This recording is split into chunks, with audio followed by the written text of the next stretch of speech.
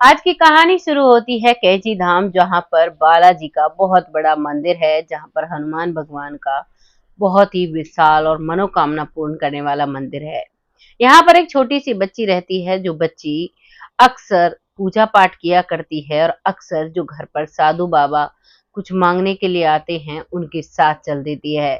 उनके लिए उसके दिल में एक अलग सा दया भावना होती है और वहां पर जो मंदिर पर साधु संत रहा करते, उन्हीं के साथ बैठना, उन्हीं से बातें करना उसे बहुत पसंद होता है। बचपन से ही उसकी ये हरकतें, जब वो छोटी थी तो माता-पिता सोचते थे, ये भगवान की पूजा पाठ करती है, कोई दिक्कत वाली बात नहीं है। लेकिन धीरे-धीरे वो लड़की बड़ी होती है।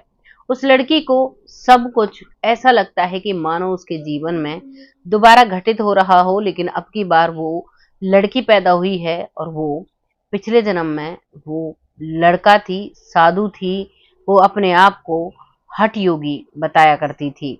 बचपन से ही इन बातों को कहती है। माता-पिता इस बात पर विश्वास नहीं करते हैं और उसे अपने साथ रखते हैं। लेकिन हद तब हो जाती है जब वो लड़की 16 साल की उम्र में घर से फरार हो जाती है साधु बाबाओं के साथ। वो साधु बाबा के साथ रहती, पूजा भक्ति जो तपस्या होती है, वो तपस्या साधना किया करती और वहां पर रहा करती। उसके माता पिता उसे ढूंढते और फिर उससे पूछा करते, तुमने ऐसा क्यों किया। लेकिन 16वीं साल में जब वो फरार होती है तो अब की बार वो सब कुछ स्पष्टीकरण कर देती है। वो बताती है, मेरा जो पिछला जन्म था वो एक हठ योगी के रूप में था और मैं पूजा पाठ किया करती थी। मैं बहुत अच्छी अच्छी विद्याएं सीखा करती थी, बहुत अच्छे से अपनी जिंदगी बसर किया करता था। अब वो मेरा पिछला जन्म था और वहां पर मेरी कुछ साधनाएं अधूरी रह गई, जिसकी वजह से मुझे दूसरा जन्म मिलता है। लेकिन मेरा कुछ कार्य ऐसा बिगड़ता है कि इसके बावजूद मुझे दूसरा जो जन्म मिलता है वो एक महिला का मिलता है, जहाँ पर मुझ पर बहुत सारी पाबंदियाँ होती हैं बचपन से ही। जो मेरे पिता हैं वो मुझे बहुत प्यार करते हैं, लेकिन मेरी माँ मुझे ज़्यादा प्यार नहीं करती। मुझे यहाँ पर अपनापन महसूस नहीं हुआ करता। मुझे साधुओं के बीच में अपनापन महसूस हुआ करता, अपने घर में मुझे पराया सा फ़ील हुआ करता। ये सारी चीज़ें मुझे बहुत परेशान करती और जब मैं इन साधुओं के साथ आई, जब मैंने ध्यान योग साधना की, तो मुझे मेरा पिछला जन्म पूरा दिखाई दे जाता है और ये जन्म भी पूरा दिखाई देता है। जब 16 साल की जब उसके माता-पिता उसे वापस लाते हैं तो वो ये सारी सच्ची घटना बताती है। वो बताती है, ये मेरा दूसरा जन्म है और मुझे अपना वही कार्य पूरा करना है। लेकिन माता-पिता उसकी बात नहीं मानते हैं। माता-पिता कुछ दिन और उसे रखते हैं, आगे पढ़ाते लिखाते हैं। 18-19 की साल की उम्र में उसकी शादी कर देते हैं। शादी के बाद अब वो शादी कर अपने घर में रहने लगती है, उसे 2 बच्चे हो जाते हैं, लेकिन वो सपने उसे बार-बार आया करते। साधुओं की तरफ उसका अलग ही झुकाव उसे महसूस हुआ करता। इस चीज़ से वो बहुत परेशान रहा करती, उसे सब कुछ पता भी चल चुका था कि मेरा दूसरा जन्म है, पहला जन्म जो था वो मेरा एक साधु के रूप में था और अब की बार मैं साध्वी बनूँगी, वो अपने मन में बात ठान लेती है। बच्चे हो जाते हैं, बच्चे भी 4-4 साल के, 3-3 साल के दोनों बच्चे हो जाते हैं। बहुत अच्छे से ज़िंदगी को जीना चाहती है, लेकिन अब की बार वो फिर से वही गलती दोहराती है। जैसे ही साधुओं की टोली आती है, जो पूजा का जो समय होता है, एक जो कैंची धाम पर, वहाँ पर एक बहुत बड़ा एक यज्ञ का आयोजन था, तो उस समय बहुत ज़्यादा मात्रा में साधुओं की टोली आती है। वो उस टोली को देखती है और वो उन्हीं के साथ चल देती है। उनके साथ चलती रहती है, अपने बच्चे, अपने परिवार सबको भूल जाती है, उन्हीं के साथ रहने लगती है और एक साधुत्व जीवन जीने लगती है। वो अपनी जो तपस्या है उसे लगातार करती है, निरंतर जो पिछले जन्म में उससे छूट गया था, उसे वो पाना चाहती है। दरअसल भगवान ने उसके सामने एक ऐसा टास्क रखा था कि जब एक लड़का होगा, वो कोई काम को करेगा तो वो प्रॉपर तरीके से उसी काम को करता है। लेकिन जो लड़की या महिलाएँ होती हैं, वो काम को करेंगी अलग बात है, लेकिन साथ ही साथ बच्चों की ज़िम्मेदारी, पति की ज़िम्मेदारी, परिवार की ज़िम्मेदारी, ये लड़के से अलग होती हैं। अब बहुत से लोग कहेंगे कि लड़के के ऊपर भी परिवार की, पत्नी की ज़िम्मेदारी होती हैं, लेकिन इस तरीके के काम नहीं होते जो एक महिला को करने होते हैं। घर में साफ-सफाई, घर में सभी के बारे में सोचना, सभी को चीज़ें बना-बना कर देना। घर का जो मेन व्यक्ति होता है, जो व्यक्ति जो कमाने वाला होता है, वो सिर्फ़ सोचता है कि बेटे के लिए कपड़े आ जाएँ, लेकिन उन्हें लाकर पत्नी देती है। उन्हें धुलना, उन्हें प्रेस करना उन्हें सही तरीके से रखना, वो सब कुछ पत्नी करती है। पति कपड़े को एक बार ला देता है, लेकिन पत्नी उसको बार-बार सँभालती है।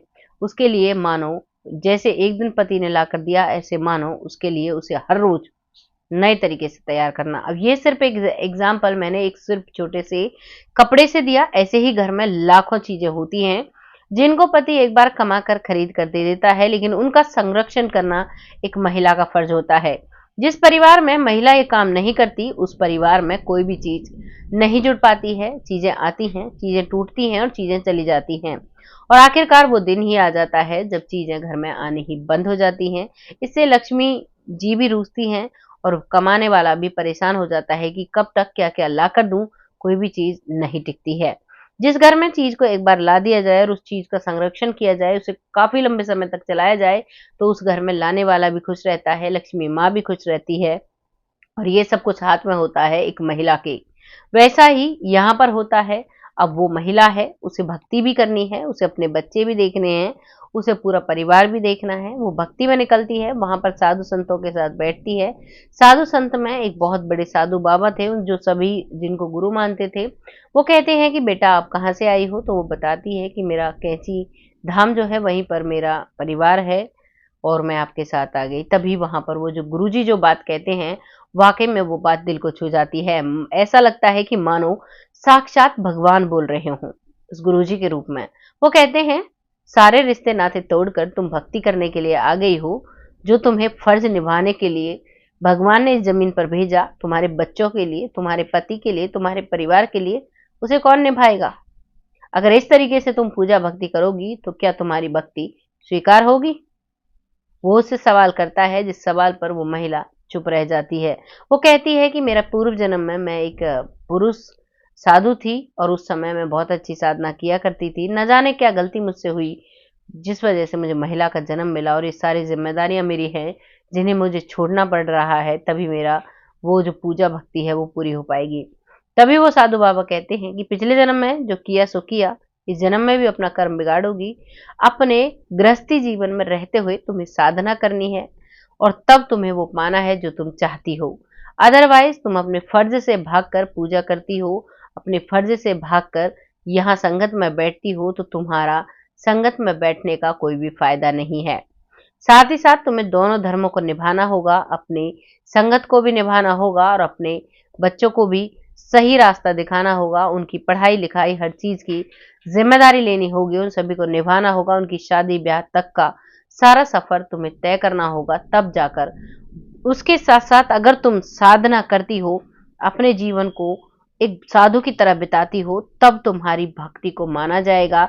भगवान ने तुम्हें कठिन जो एक परीक्षा है, उसे देने के लिए यहाँ पर भेजा है और इसीलिए तुम्हें एक महिला का रूप दिया है, जिस वजह से तुम सारे फ़र्ज़ को निभाते हुए भी अपनी भक्ति को अगर करती हो, तो वाक़ई में तुम एक सच्चे साधु कहलाओगी। वो सारी बातों को समझ जाती है, उसी पल वो वापस अपने घर जाती है। वहीं पर घर में एक कमरे में एक बैठने का, आसन लगाने का एक जगह बनाती है और वहीं पर वो अपने सारे फ़र्ज़ निभाने के बाद रात के 2-2, 3-3 बजे उठ जाया करती और सुबह ब्रह्म मुहूर्त में भगवान की सेवा भक्ति किया करती। बाकी बचे समय में सारे घर के सारे काम करने और बचे हुए समय में फिर से पूजा भक्ति करनी, जैसे एक साधु रहता है, ना ही किसी की बुराई करना, ना ही किसी की चुगली करना, ना ही किसी को बुरा कहना, ना ही किसी को अच्छा कहना। ये सारी चीज़ों के साथ-साथ वो आगे बढ़ती है और अपने जीवन में एक नई रोशनी जगाती है। वाक़ई में आज वो करीबन 65 से 70 साल की होंगी। आज उन्हें पूरा पड़ोस एक साध्वी देवी कहता है और बहुत अच्छे से उनकी बातें मानता है। हालाँकि वो किसी को कुछ भी कोई आदेश नहीं देती हैं, पर कोई उनसे अपनी मदद के लिए कुछ पूछता है, अपनी उलझनों के बारे में कुछ साझा करता है, तो वो सिर्फ़ सुनती हैं और एकमात्र उन्हें इलाज बताती हैं। इलाज भी ऐसा नहीं बताती कि तुम ये करो, तुम वो जला दो या फिर तुम ये कर दो, ऐसा कुछ भी नहीं वो बताती हैं, वो सिर्फ़ कहती हैं, अपने कर्मों को ठीक करो, कर्म अगर सही होंगे, तो खुद ब खुद आपके जीवन में खुशहालियाँ आएँगी और शांत मन से जो हो रहा है, उसे होने दो। कोशिश करो अपनी तरफ से अच्छा करने का, जो होगा वो भगवान ही करेगा, बस यही बात अपने जीवन में अप्लाई कर लो। वो सभी को ये सीख देती है और बहुत अच्छे से अपनी ज़िंदगी बिताती है। आज उसका परिवार संपूर्ण हो चुका है, उसके पोती-पोते उसके बच्चे, बच्चियाँ सब अपनी-अपनी जगह पर सेट हो चुके हैं और उसने अपने आप को भगवान के हवाले कर दिया है। अब वो उसका काम होता है सारा दिन पूजा भक्ति करना और बस ध्यान में बैठे रहना। वो ज़्यादा से ज़्यादा समय नाम जप करती है और ध्यान में बैठी रहती है। ये कहानी यहाँ पर समाप्त हो जाती है एक बुजुर्ग महिला की, जिसको अपने पिछले जन्म का याद होता है। बचपन में वो भागती है, फिर वो 16वीं साल में भागती है और उसके बाद फिर बच्चे होने के बाद भी वो साधुओं के साथ फरार हो जाती है। एक परिवार में जब ऐसा होता है तो उस परिवार के लिए लोग कहने लगते हैं, बच्ची है आज, क्योंकि आज कलयुग आ चुका है, आज कोई किसी के बारे में अच्छा नहीं बोल सकता लेकिन बुरा बहुत जल्दी बोल सकता है। कोई भी कुछ भी कह सकता था लेकिन वहां पर उस पर ये कृपा रही भगवान की कि वो जिस सच्चे मन से पूजा के लिए वहां पर जाया करती थी, उसके लिए भगवान ने उन्हें खुद निर्देश दिए और वो घर में ही करने लगी। आज सबके सामने उनकी सच्चाई खुद ब खुद आ गई। वो सब कहते हैं कि वाकई में देवी माँ का स्वरूप है। बहुत सच्चाई से, बहुत ईमानदारी से और बहुत नियम से और निष्ठा से ये रहती हैं। आपको ये कहानी कैसी लगी कमेंट सेक्शन में ज़रूर बताइएगा। लोगों के साथ शेयर करिएगा। आपके साथ इस कहानी को साझा करने का बिल्कुल भी आपका दिल दुखाने का उद्देश्य बिल्कुल भी नहीं है। सिर्फ़ आपके साथ एक अच्छी जानकारी साझा करने का हमारा उद्देश्य है। जैसी भी आपको ये कहानी लगी है कमेंट बॉक्स में लिखिएगा, लोगों के साथ शेयर करिएगा। बहुत जल्द ऐसी ही एक सच्ची और अच्छी स्टोरी के साथ आती हूँ। अब वक़्त आता है उन लोगों का जो लोग हमें दिल से सपोर्ट करते हैं, बहुत प्यारे-प्यारे कमेंट लिखते हैं। आपका तहे दिल से आभार व्यक्त करती हूँ। ऐसे ही अपना सपोर्ट और अपना प्यार मेरे साथ बनाए रखें जिससे कि मैं आगे बढ़ती रहूं। वन बाय वन नाम नहीं लिए जाएंगे, अगली वीडियो में सबके नाम ले लिए जाएंगे। तब तक ऐसे ही अपना प्यार और अपना सपोर्ट मेरे साथ बनाए रखें। तब तक के लिए जय हिंद, जय भारत।